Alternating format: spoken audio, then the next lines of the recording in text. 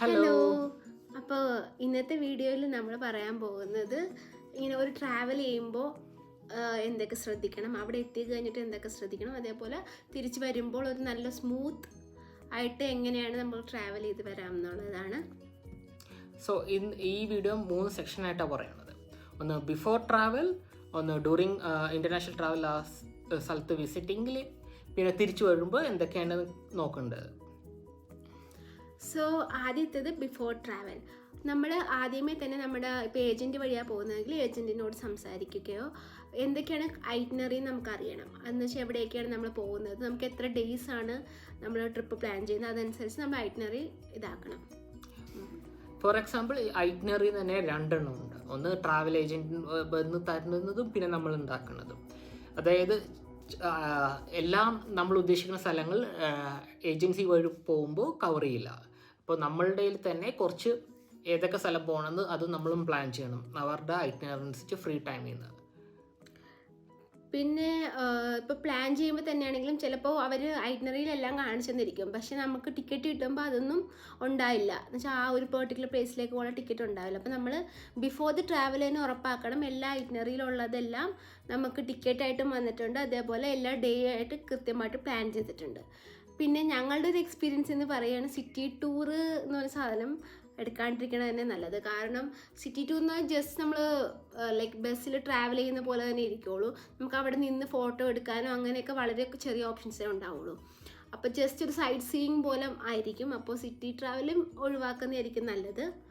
ഇനിയിപ്പോൾ അടുത്തതെന്ന് പറയുമ്പോൾ പിന്നെ വേറൊരു സംഭവം നിങ്ങൾ നോക്കേണ്ടത്, ഏതെങ്കിലും പാർക്ക് അങ്ങനെ എന്തെങ്കിലും പോകുന്നത് മേക്ക് ഷുവർ ദി ട്രാവൽ ഏജൻറ്റിനോട് എപ്പോഴും എക്സ്പ്രസ് അല്ലെങ്കിൽ പ്രീമിയം ടിക്കറ്റ്സ് ബുക്ക് ചെയ്യാൻ. കാരണം യൂഷ്വലി ഞങ്ങൾ പോയപ്പോൾ സിംഗപ്പൂർ പോയപ്പോൾ യൂണിവേഴ്സൽ സ്റ്റുഡിയോസിൽ എക്സ്പ്രസ് ടിക്കറ്റ് ഞങ്ങൾ ആദ്യമേ പറഞ്ഞിരുന്നു. അവിടെ ചെന്ന് കണ്ടതെന്ന് വെച്ചാൽ സാധാരണ ടിക്കറ്റിന് കിട്ടുന്ന ടൈം ഡിലേ കയറാൻ വേണ്ടി ഒരു 1 hour ആണെങ്കിൽ എക്സ്പ്രസ് ടിക്കറ്റിന് അത് ജസ്റ്റ് 5 to 10 minutes ആണ്. ഇത് എവിടെ ചെന്നാലും അത് സെയിം ആണ്. ഫോർ എക്സാമ്പിൾ ഞങ്ങൾ ഹൈദരാബാദിൽ രാമോജി ഫിലിം സിറ്റി പോയി, അവിടെയും ഇത് തന്നെയായിരുന്നു അനുഭവം. സോ എപ്പോഴും ഒരു പ്രീമിയം ടിക്കറ്റ്സ്. അതുമല്ല, നമുക്കിപ്പോൾ നമ്മളിപ്പോൾ ഒരു സ്ഥലത്തോട്ട് പോകുമ്പോഴത്തേക്ക് നമുക്ക് ലിമിറ്റഡ് ടൈമേ ഉണ്ടാവുള്ളൂ. അപ്പോൾ നമുക്ക് മാക്സിമം കവർ ചെയ്യണം അതിൽ. അപ്പോൾ എക്സ്പ്രസ് ടിക്കറ്റ് ആണെങ്കിൽ നമുക്ക് വേഗം തന്നെ കവർ ചെയ്യും. ഇപ്പോൾ ഞങ്ങൾ യൂണിവേഴ്സൽ സ്റ്റുഡിയോ ഞങ്ങളുടെ ഐറ്റിനറി പ്രകാരം 1 day ആയിരുന്നു, പക്ഷെ ഞങ്ങളത് ഹാഫ് ഡേയിൽ കവർ ചെയ്തു. കാരണം ഞങ്ങൾക്ക് ക്യൂ നിൽക്കേണ്ട വന്നില്ല. സോ അങ്ങനത്തെ കാര്യങ്ങളൊക്കെ കൊണ്ട് അപ്പോൾ എല്ലാത്തിലും express premium type of ticket എടുക്കുന്നതായിരിക്കും നല്ലത്. ഇനി അടുത്തത് ഫ്ലൈറ്റ് ബുക്ക് ചെയ്യുമ്പോൾ നമ്മൾ നേരത്തെ തന്നെ ബുക്ക് ചെയ്ത് വെക്കുക. കാരണം നേരത്തെ ബുക്ക് ചെയ്യുമ്പോൾ നമുക്ക് നമ്മുടെ ഫ്ലൈറ്റ് കമ്പനി വഴി തന്നെ നമുക്ക് കുറച്ച് ഓഫേഴ്സൊക്കെ ഉണ്ടാകും. അല്ലെങ്കിൽ നമുക്ക് ഒരു ടിക്കറ്റ് മേടിക്കുമ്പോൾ തിരിച്ചു വരാനുള്ള ടിക്കറ്റ് ഫ്രീ, അങ്ങനത്തെ കാര്യങ്ങളൊക്കെ ഉണ്ടാകും. അപ്പം നിങ്ങൾ ഒരു 4 മാസം മുമ്പെങ്കിലും മിനിമം ടിക്കറ്റ് ബുക്ക് ചെയ്യുക. ഈ 4 മാസം എന്ന് ഉദ്ദേശിക്കുന്നത് ചിലപ്പോൾ നമ്മൾക്ക് ആ ട്രാവൽ ഏജൻസി വഴി എയർലൈൻസ് വഴി കുറച്ച് ഡിസ്കൗണ്ട്സ് കിട്ടും. ഫോർ എക്സാമ്പിൾ ഇടയ്ക്കിടയ്ക്ക് ഇങ്ങനെ Singapore airlines return flight free തരും, അല്ലെങ്കിൽ 50% ഓഫ് വരും, അങ്ങനെ ഉണ്ടാവും സിംഗപ്പൂർ എയർലൈൻസ്. എമിറേറ്റ്സും ആണെങ്കിലും അതൊക്കെ ഇങ്ങനെ ഓഫേഴ്സ് വരുന്നുകൊണ്ടിരിക്കും.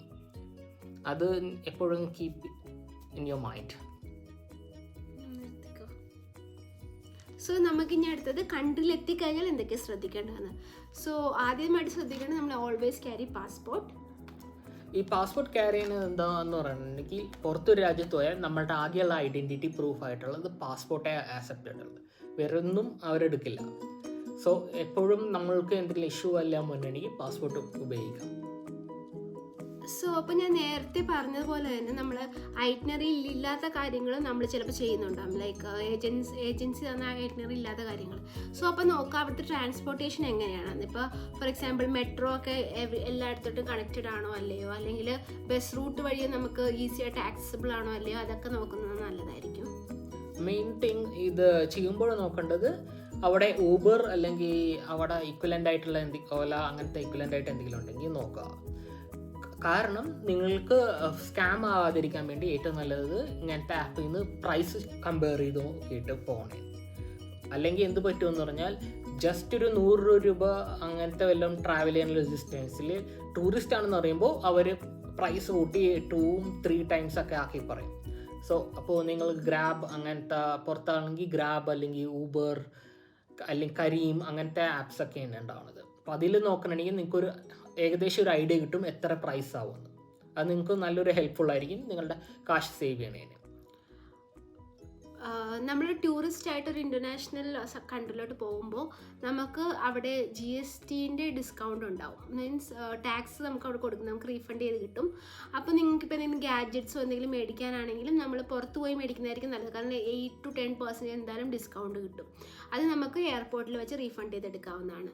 സോ നമ്മൾ പാസ്പോർട്ട് ക്യാരി ചെയ്യുമ്പോഴത്തേക്കും അതിൽ തന്നെ നമുക്ക് പാസ്പോർട്ട് വെച്ച് അവർ GST റീഫണ്ടിൻ്റെ കാര്യം അറേഞ്ച് ചെയ്തിട്ടുണ്ടാവും. വിത്ത് ദ ബിൽ നമുക്കത് ഡയറക്റ്റ്ലി എയർപോർട്ടിലേക്ക് കൊണ്ടുപോയി ചെയ്യാം. അപ്പം നിങ്ങളൊരു $100 സിംഗപ്പൂരിലൊക്കെ ആണെങ്കിൽ $100 കൂടുതലാണ് പർച്ചേസ് ചെയ്യുന്നതെങ്കിൽ നമുക്ക് GST റീഫണ്ട് കിട്ടും.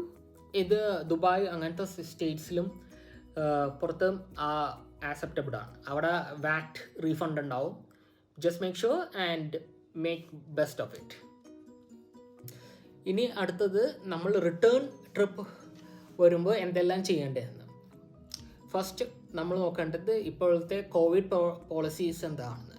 ചില കൺട്രിയിൽ നിന്ന് തിരിച്ചു വരുമ്പോൾ കോവിഡിൻ്റെ റിസ്ട്രിക്ഷൻസ് ഉണ്ട്.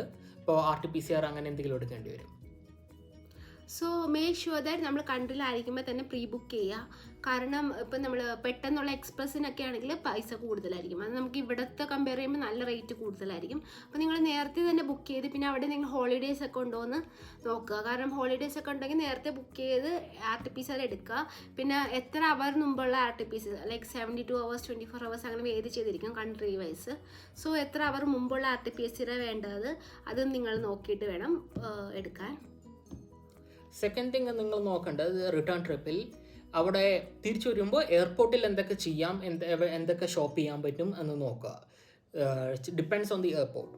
ചിലപ്പോൾ എയർപോർട്ടിൽ തന്നെ കുറേ ഫെസിലിറ്റീസ് ഉണ്ടാവും നിങ്ങൾക്ക് ഉപയോഗിക്കാൻ. അതേപോലെ ഷോപ്പിംഗ് ഡ്യൂട്ടി ഫ്രീ ഷോപ്സ് ഉണ്ടാവും. ചിലപ്പോൾ നമ്മൾക്ക് ആക്ടിവിറ്റീസ് അവിടെ തന്നെ ഉണ്ടാവും. സോ ഹോപ്പ് നിങ്ങൾക്ക് ഈ വീഡിയോ മാക്സിമം ഇൻഫോർമേറ്റീവ് ആണെന്ന് ഞങ്ങൾ വിശ്വസിക്കുന്നു. ഇനി ഇതിൽ ഡീറ്റെയിൽഡ് ആയിട്ട് ലൈക്ക് ട്രാവൽ ഡോക്യുമെൻറ്റ്സ് എന്തൊക്കെയാണ് വേണ്ടത് അതിനെ പറ്റിയൊക്കെ ഞങ്ങൾ വീഡിയോ ഇറക്കുന്നതായിരിക്കും. അപ്പോൾ നിങ്ങൾക്ക് എന്തെങ്കിലും കൂടുതൽ അറിയണമെങ്കിൽ കമൻറ്റ് ചെയ്താൽ മതി, ഞങ്ങൾ അതിന് റിപ്ലൈ ചെയ്യുന്നതായിരിക്കും.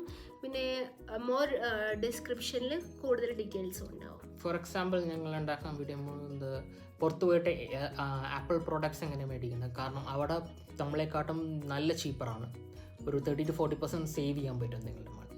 So if you are going to travel and you are going to buy some iPhone, better to make it from outside. IPhone മാത്രമല്ല ഇനി ഗാഡ്ജറ്റ്സ് ഇപ്പം നിങ്ങൾക്ക് എന്തെങ്കിലും മേടിക്കാനുണ്ടെങ്കിൽ ലൈക്ക് ഇന്ത്യയിലെ കമ്പയർ ചെയ്യുമ്പോൾ പുറത്ത് വില കുറവായിരിക്കും.